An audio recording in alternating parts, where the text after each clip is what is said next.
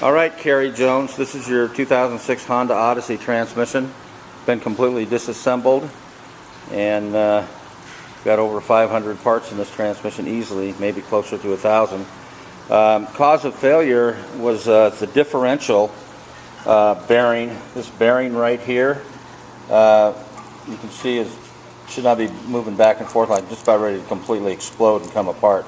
But all the edges are chapped and gotten hot heat cracks and all that on the bearing. Both your front axles spline into the differential assembly here, so going to have to replace the bearings. Got a lot of heat going through the transmission, and that's coming from probably the torque converter. This is your torque converter right here, which connects the engine and the transmission together. Same fluid circulates back and forth, and you can see where the hub of the converter has gotten hot.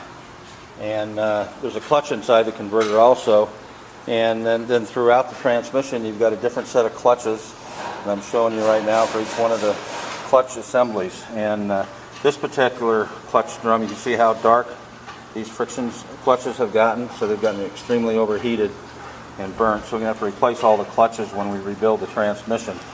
There's a valve body assembly here. This is the valve body, and the valve body will have to be completely rebuilt. There's a recalibration kit that we go through and rebuild. That's the brain center of the transmission. And also there's end plugs kit that has to be replaced here.